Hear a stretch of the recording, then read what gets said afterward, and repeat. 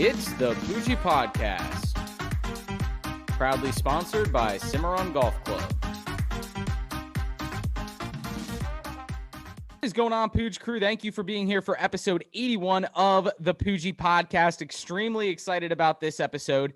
2 weeks from today, it's Thursday, 2 weeks, the Jacksonville Jaguars will be making their first overall pick, the first overall pick they've ever had in franchise history, presumably Trevor Lawrence. It's been that all along, like that movie Draft Day. Trevor Lawrence, no matter what. Trevor Lawrence, future franchise quarterback of the Jacksonville Jaguars. I'm sure you've seen some of the fun news out of Jacksonville, Jags Twitter, E_Dilla on Twitter, kind of leading the charge of funding donations for Trevor Lawrence's favorite charity. Go check that out. Buying Trevor some registry items for his wedding. He just recently got married. So the people in Jacksonville already showing Trevor some love, and you might as well show me some love too. Go check out the PoojiePodShop.com. Buy some Poojie Podcast merchandise. We got great hats, shirts, snapbacks, trucker hats, dad hats, polos, cups, stickers, anything you want. They're on there. Hoodies, sweatshirts. I know it's getting a little warmer, but just in case you want to get cozy and something nice, hoodies and sweatshirts, the way to go, of course. So this episode is great. It's pre-recorded from a few months ago, but I was preparing for this moment. Formerly a defensive backs assistant at Clemson, formerly a defensive back at Clemson, 2009 to 2012, transitioning into the Dabo Swinney years. And now he is the current University of Louisiana Monroe Warhawks cornerbacks coach. Xavier Brewer is here to join the podcast. So enjoy this episode. I cannot wait to sit down with Xavier Brewer again for part 2 interview now that he is with ULM, to see how he is transitioning into that and just continue to watch his career blossom, to be perfectly honest with you. He's a great guy, a huge fan of him, a Jacksonville native, Bartram Trail standout, and he's just a really fun guy to root for and pull for. So sit back and enjoy this episode. Thank you to our sponsors, Cimarron Strings and Shores Pub Mandarin. Appreciate all they do for the podcast. But for now, enjoy Xavier Brewer, episode 81 of the Poojie Podcast. Yes, indeed. Thank you to Cimarron Golf Club for sponsoring the Poojie Podcast. Always doing a great job there on County Road 210 down there in St. Johns County. And someone that's familiar with that area, St. Johns County, County Road 210, a current defensive assistant at Clemson, former Clemson defensive back and Bartram Trail alum, Xavier Brewer is here to join me. Thanks for being here, Xavier. I appreciate you having me. So how have things been with you, through this time? How are things, I guess, with your role at Clemson? What's been going on, I guess, as a graduate assistant, defensive assistant? How are things going? Everything's good right now. I'm excited to get back to work. The guys will be back Sunday. And so I'm going to help a lot of those guys move back in. And then we'll get our freshmen in the 18th. And so they're doing a 4-phase process, getting all the guys back. But before then, just kind of been trying to make the most of the time with recruiting, helping the coaches the position coaches as much as I possibly can with recruiting, and then also breaking down film from our past season, and then getting ready for our first 4 opponents of next year. So, yeah. Yeah, that's awesome. I know it's busy there in the college football world. Obviously, recruiting is a lot of behind-the-scenes stuff that a lot of us fans don't necessarily know about, but I know you guys are out there grinding and hustling, trying to compete for that next national championship. So a lot of busy work for you going on. But coming out of Bartram Trail, you were the 65th overall player by ESPN, the number 7 cornerback. You held offers from Georgia, Florida, Georgia Tech, Miami. What made you decide on Clemson? Well, there's a guy named Dabo Swinney who's a really good recruiter at the time. He ended up snagging about 9 of us out of Jacksonville that year. And one of them happened to be my teammate, Kyle Parker. And just growing up, I didn't really know much about Clemson. Living in Florida, all I was Miami, Florida State, Florida, And but once you go through the process, you start to realize who you are. It's really a good process of finding yourself, finding what you like, finding what your likes and don't likes, where you can see yourself being for 4 to 5 years, but even beyond that, a place where you can see yourself building true relationships with people for a long time, even after that. And big reason why I'm still here. Coach Swinney actually came my sophomore year, recruiting big offensive lineman Thomas Edenfield at the time. And I just happened to walk in the room. I didn't know who the heck he was. He's like, yeah, I'm looking at this guy right now, but I'm coming back to get you. And I didn't believe him.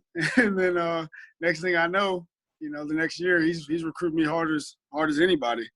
And but yeah, he was a really big reason because he just sold me on the family atmosphere up there, man, and that it was a lot like my high school coach, Coach Sutherland, from a standpoint of they care about building you as a person more than just a player. And so that really stood out to me. Small town vibe, like you said, grew up on 210, so it wasn't – we don't have the hustle and bustle. And Clemson, same thing. It's a small town, and I just thought it was somewhere where I could focus on growing spiritually, physically, and mentally. And compared to all the other schools, so I had a lot of great offers, I don't think I could have went wrong, but for me personally, that was the best place for me based on those reasons. Yeah, and that's got to be a cool experience, obviously, seeing where Coach Swinney is now and what he's done for the Clemson program. When you were getting recruited, he was your lead recruiter. Was there a point in time as you were getting recruited by him, did he have an inkling that he was maybe going to be the next head coach? Was there something about him that made you think, okay, this is the guy I want to play for eventually? Because he was the wide receiver coach at the time, right? Right.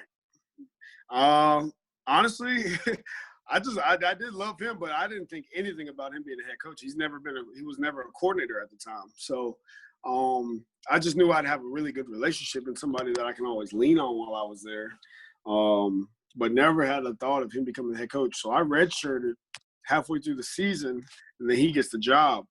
And next thing you know, it's just like a lot of people were just freaking out because, again, he's never been a coordinator. So it's like we all loved him, but we just weren't sure, like, is he really ready to be the head coach?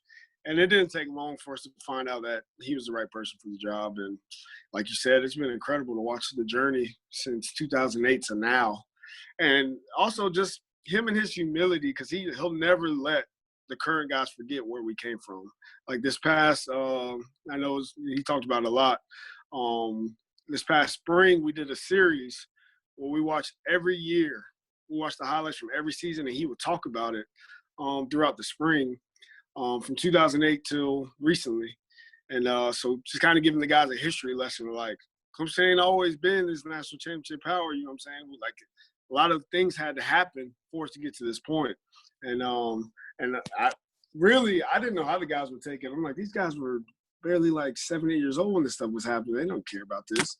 But they received it well, and they loved it. And they loved to learn the history of how this program was built and to how it got to where it's at. And, I mean, there was obviously more that happened before then, but obviously the Swinney era is the best era of Clemson, legacy.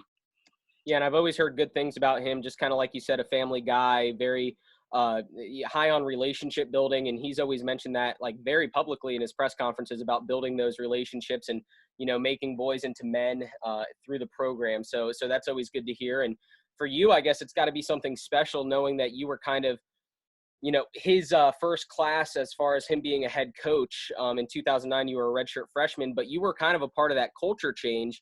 If Clemson does go on to win 10 games this season, which I think everyone without a doubt believes they will, that's 10 consecutive 10-win seasons or more for them. So it's been a crazy turnaround for them. As far as the ACC goes, what, I guess from your standpoint being on staff, what other programs within the ACC do you maybe see as the biggest competitors or maybe the next ones up that are going to maybe challenge Clemson, year in and year out? Is there one program or two programs that stick out as far as that goes?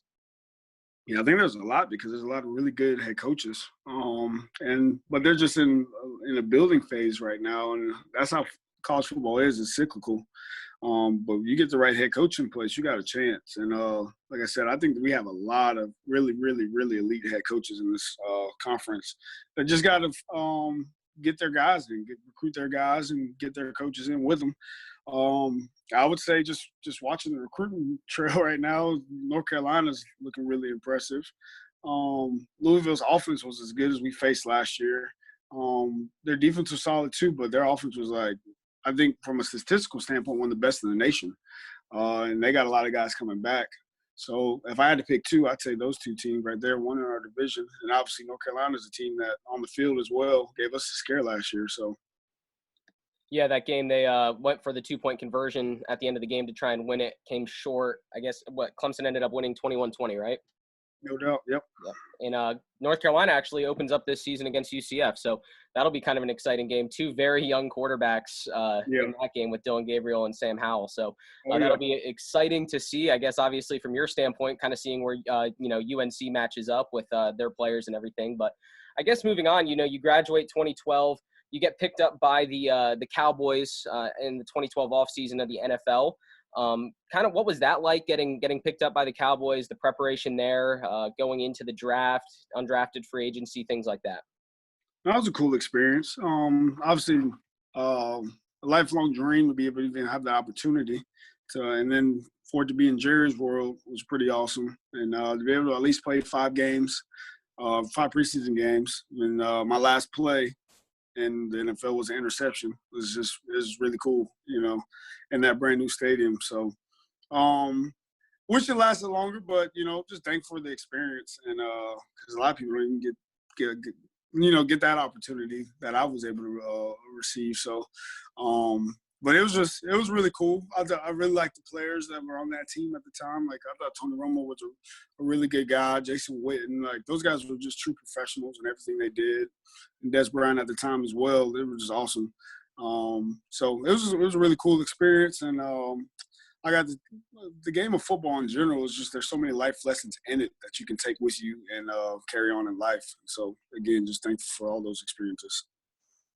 Yeah, I know that's got to be a surreal moment, kind of getting that call and making it to, the NFL level, coming from high school, college, and making it to that level. That's every kid's dream, growing up playing football in the backyard. So that's awesome. And I know your family has a pretty big NFL lineage or some roots in the NFL. Your dad and your brother played in the NFL. Is that correct? Yeah, my dad played with the Bears and the Colts and the Broncos. And my older brother played with the 49ers. Nice. So, yep. That's awesome. And then my mom was a high school cheerleader, so I had no choice but to play football. There you go. Around it. So you end up, moving on from the Cowboys. You come back to Jacksonville, your hometown, and you sign with the Sharks, the arena team. What was the transition like going from regular, American football on the field, open air, going to Arena League? What was that like? Oh man, that was interesting. I'll never forget my first time trying to destroy somebody into the wall. All that force going back on me, I felt like my ribs were about to break. And I was like, all right, this is a little bit different. And just how fast-paced that game is. I had a lot of fun. Definitely got football out of my system, I'll tell you that. Because it's like that surface was crazy that it's like concrete with carpet over it. That turf's undefeated, that wall's undefeated. And it's an offensive game, but it's fast-paced, and it was a great challenge as a competitor, You always just have fun with that, Obviously, it's like I said, it's an offensive game, but when you're able to make a play as a defensive player, it was actually probably more special than even playing on the real field because of how difficult it is to stop somebody. I mean, you got a guy running full speed at you from 20 yards back, and you got to guess where they're going. And there's only, the field's so small. There's only 50 yards. A guy can, a 50-yard play in football will hurt you. And American regular football will hurt you, but shoot, 50 yards is a touchdown in that game. Shoot, 30 yards most of the time, depending on how far they get back on kick return. So, but yeah, it was a lot of fun. It was a great challenge, but like I said, it got football in my system, and playing football out of my system, it'll never get out of my system. So I just knew it was time to start coaching. And so that's when I got into personal training. Yeah, so you leave the Sharks and you spent 3 seasons with them, or was it 2? Yeah, 2 seasons. 2 seasons with them, and you move on and you stayed here in Jacksonville, kind of became a personal trainer, opened up a gym, or were a personal trainer at a gym? Yeah, so while I was with the Sharks, I was working at a gym as well because you ain't making that much money playing real football. But while I was working there, I realized, man, I really enjoy it. I'm not ready to fully dive into coaching football yet, but this is a form of coaching. And then I get to be involved with a lot of different people in a lot of different sports. And so once I finished with the Sharks, I decided to do that on my own. And so I stepped out and ventured out and started my own deal called X Factor. And did that until I actually left for Clemson again.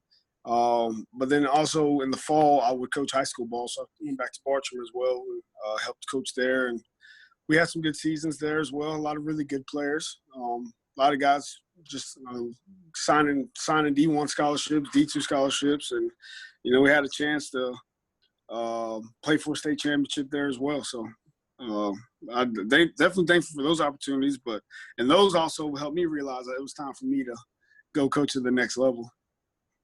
Yeah, that's awesome. That's got to be a cool experience, being able to go back and help at the high school that you played at, and now obviously at the college that you played at. So kind of paying your respects there to those programs and everything. So I guess the future outlook, not only for Xavier Brewer, but for the Clemson program, I guess, what are the next steps for you? Where do you want to be over the next 3 to 5 years? What is your goal, I guess? I know you said you're coaching and stuff. What are you looking at? Yeah, man, I want to be a position coach. I'm ready to be a defensive backs coach at a college. Just wherever the opportunity opens up at. We have amazing coaches at Clemson right now, and they're doing a great job. And I don't see why anybody would want to leave. But things happen. We just had Jeff Scott have an opportunity that he couldn't pass up to head down to South Florida. So you just never know.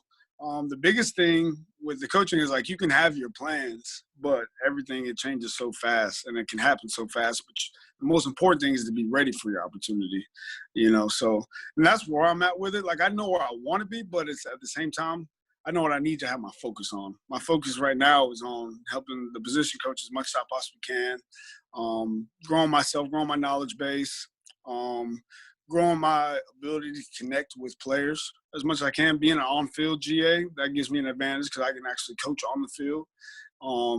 So just that's the most important things to me. Like I said, I know I have my own plans, but the most important thing that I need to focus on is have myself ready. And so that's kind of where I'm at with it.